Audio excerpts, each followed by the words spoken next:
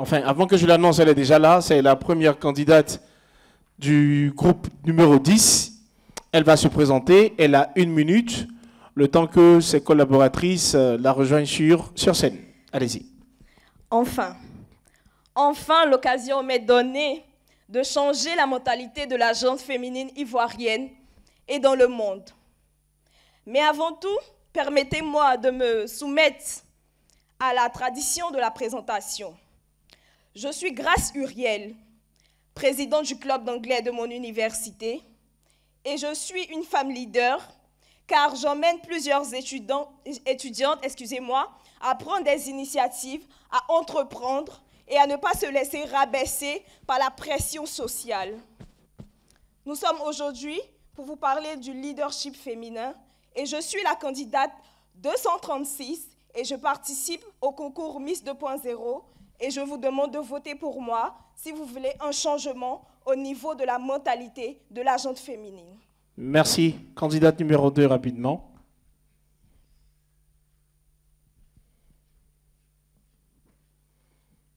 Merci. Bonjour à tous.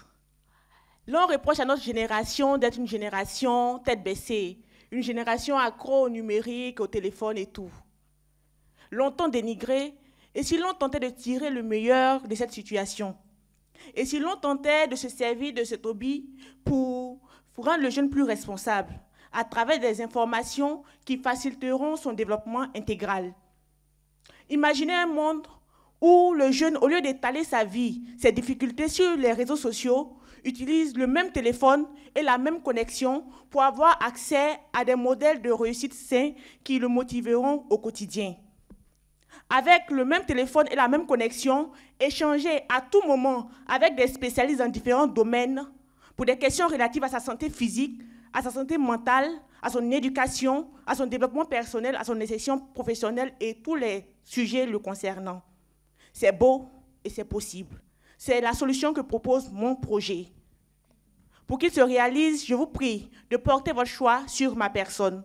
Clarisse Andrea Yao, candidate numéro 5662, jeune fille motivée, engagée, dynamique, votre candidate. Je vous remercie. Merci Andrea. Candidate numéro 3 du groupe numéro 10. Bonjour tout le monde. Je suis Aurélie Vanier, je suis juriste de formation, je suis cuisinière et je suis jeune entrepreneur. Je suis la fondatrice et la gérante de l'entreprise Idéal Vivrier SARL. C'est une entreprise qui est spécialisée dans la production et dans la commercialisation de produits vivriers. Et également, depuis 2018, je suis la présidente du MJFE, pour dire le mouvement des jeunes femmes entreprenantes.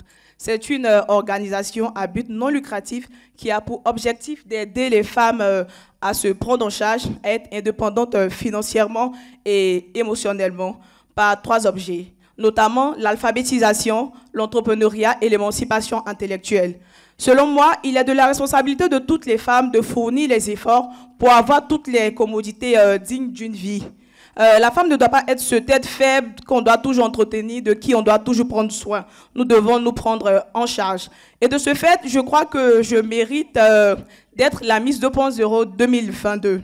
Parce que de par mon petit parcours, j'ai les aptitudes qu'il faut pour être l'ambassadrice du leadership féminin en Côte d'Ivoire. Alors, je vous incite à voter pour moi. Je suis la candidate numéro 229, Aurélie Vanier. Merci. Merci. Candidate suivante, s'il vous plaît, pour la présentation.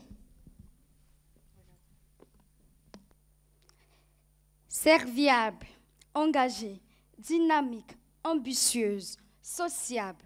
Je suis Marie-France Kouakou, étudiante en 3e année de communication visuelle. Je suis la candidate numéro 296 au concours Miss 2.0 2022. Je me présente au concours Miss 2.0 tout d'abord parce que c'est une très belle opportunité pour moi de montrer ce que je sais faire. Et aussi, au-delà d'être un concours, va me permettre non seulement de mettre en valeur mes compétences, et aussi... Ok.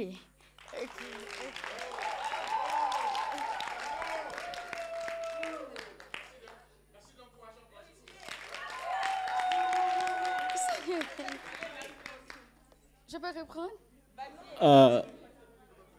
Ok, on nous donne l'autorisation de répondre. D'accord, ok. Serviable, ambitieuse, Et dynamique. bon, on va dire que c'est moi. Je vous regarde pas, allez-y. Serviable, dynamique, engagée, ambitieuse et sociable, je suis Marie-France Kouakou. Titulaire d'un BTS en communication visuelle, je suis la candidate numéro 296 au concours Miss 2.0 2022. Je me présente au concours Miss 2.0 tout d'abord parce que c'est une très belle occasion pour moi d'accomplir et réaliser mon projet. Ensuite, au-delà d'être un concours, il va me permettre également de réaliser et montrer mes compétences autant intellectuelles qu'humaines et me mettre aussi au service de ma communauté. C'est aussi l'une des valeurs d'une femme leader, se mettre à disposition de sa communauté. En fait, je pense épouser les valeurs du concours Miss 2.0. Alors, pour un développement et une valorisation du leadership féminin en Côte d'Ivoire, vous savez qui voter. Je suis Marie-France Kouakou, candidate numéro 287. Je vous remercie. Ok. Merci. Nous recevons la 5e et dernière candidate du groupe numéro 10 pour sa présentation. Allez-y. Bonsoir à toutes, bonsoir à tous. C'est un honneur pour moi de prendre la parole ce soir. Je suis Fatou Koumbem, âgée de 20 ans, je suis entrepreneur. Et aujourd'hui, je me présente au concours Miss 2.0 afin d'être la voix des sans-voix. De base, quand j'ai obtenu mon baccalauréat, étant née dans une petite communauté de près de 500 personnes, où il y a des valeurs régies par la tradition, une jeune fille n'a pas le droit de dire non à son père. Et moi, mon papa avait décidé que je devienne médecin, alors que moi, j'ai toujours voulu devenir entrepreneur. Du coup, il a décidé de ne pas payer mes études et j'ai dû me débrouiller toute seule pour me frayer un chemin. Des millions de jeunes filles, des contrées éloignées, à qui l'on dit « tu ne peux pas le faire parce que tu viens d'une société, parce qu'on n'a pas l'argent. Relation est mieux que diplôme. Toi, tu es qui? Et puis tu veux être directeur de société. » Il y a des millions de jeunes filles comme ça qui n'ont pas de voix, qui n'ont pas d'image. Devenir Miss 2.0 me permettrait de devenir la vitrine de ces jeunes-là à qui l'on dit « tu ne peux pas le faire ». Parce que mon projet Ivorian Dream est un projet d'insertion au développement personnel, à l'éducation financière et au bien-être émotionnel, afin de dire à tout enfant que tu es capable de tout depuis là où tu viens. Peu importe du village et du campement dont tu viens, tu peux devenir ce que tu veux devenir. Je vous remercie. Merci. Vous gardez le micro. Vous rapprochez un peu, s'il vous plaît. Qui parle en premier? Non, attendez, venez ici. Voilà, les autres, vous rapprochez encore, s'il vous plaît. Non, venez. Ok, on y va. Le leadership peut être défini comme l'aptitude que peut avoir une personne à diriger une entreprise, une organisation, une équipe et un groupe de personnes ayant une vision commune. L'expression leadership provient du mot anglais leader, qui signifie mener, diriger. Et ce mot est apparu au 8e siècle. Et à cette époque, les femmes étaient encore victimes de beaucoup d'inégalités, n'avaient pas encore le droit de diriger. De ce fait, les hommes ont été les premiers leaders de cette société.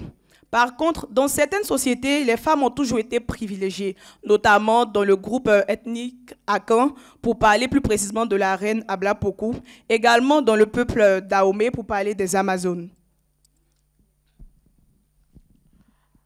De plus en plus, dans notre société ivoirienne, comme partout dans le monde, nous entendons parler de leadership féminin. C'est un mot qui revient, leadership féminin, à chaque moment. Ce groupe de mots revient. C'est dire que la femme tente de se faire remarquer positivement. Elle tente d'être au devant de la scène, de prendre des initiatives.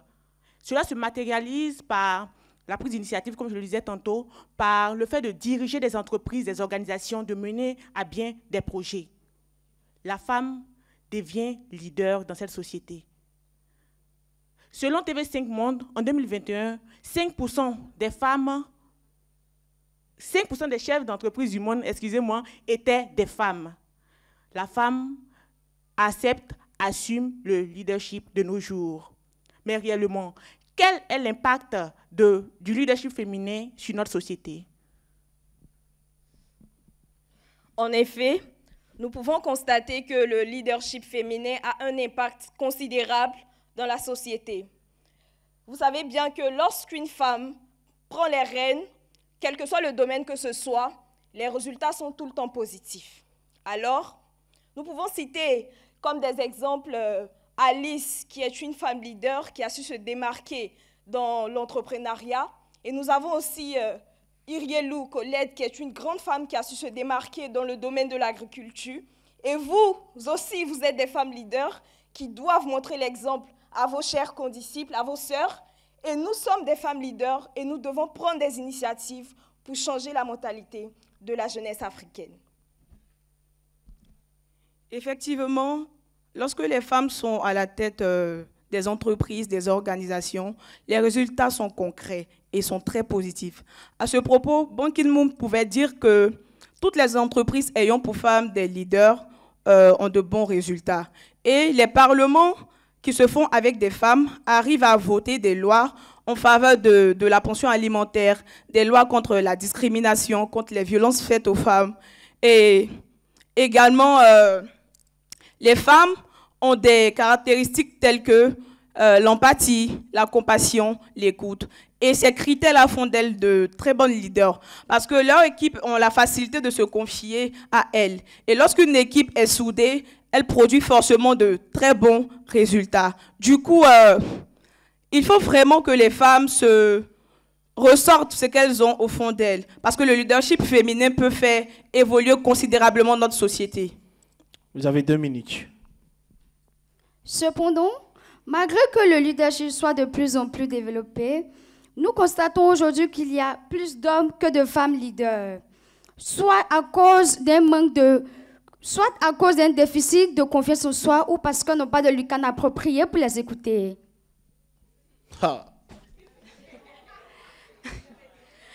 Je terminerai nos propos en vous invitant chacune à embarquer avec moi sur un avis d'une population où il y a égalité entre hommes et femmes, où la femme est celle qui choisit qui elle veut être, comment elle veut être et qui elle veut impacter, où la femme n'est pas celle qui est à la cuisine, mais celle qui est aux côtés de son homme, où la femme est celle qui invente et réinvente le monde.